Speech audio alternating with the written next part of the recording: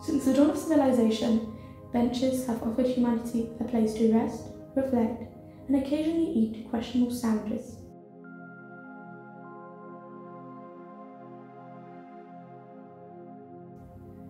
They were invented in 1732 by Gerald Bench, a man who just hated standing. They are usually made of wood, metal, and in some occasions plastic. Benches can most often be seen standing out and about in packs of 3 or 4, in most average parks and in town squares.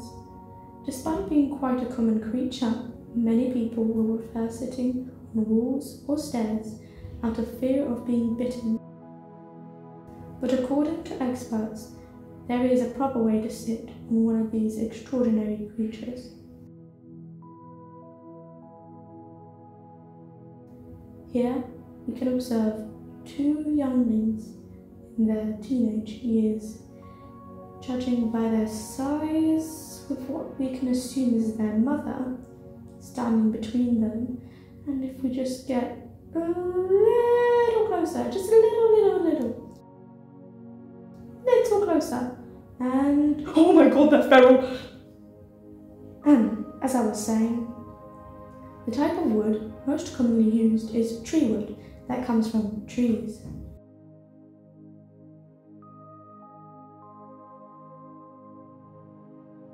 This bench here is made out of a mystical silver tree. Its design is, ooh, is that a leaf?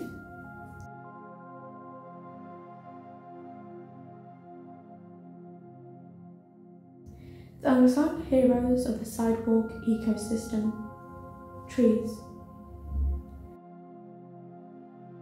Over 93% of leaves report feeling unseen in urban spaces. Now this one, for instance, has seen things we do not want to know. Now this one, his name is Kevin. They drift, they wander, they crunch, and when they gather in gutters, they conspire.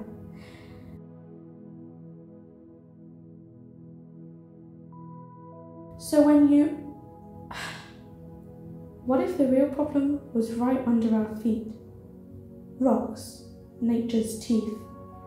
Rocks make up 67% of the ground. The other 33, pure vibes. We've spoken to Dr. Esmeralda, a certified rock therapist, about the struggles that rocks face. I'm Dr. Esmeralda, a certified rock therapist. I've been working with rocks since the 90s, and it's been a hard century for them. They can be really tough,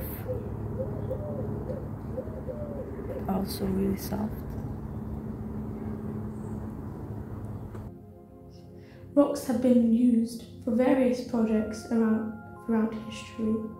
They've been used in medicine, architecture, and they are extremely effective when trying to get a message across, especially when thrown hard enough.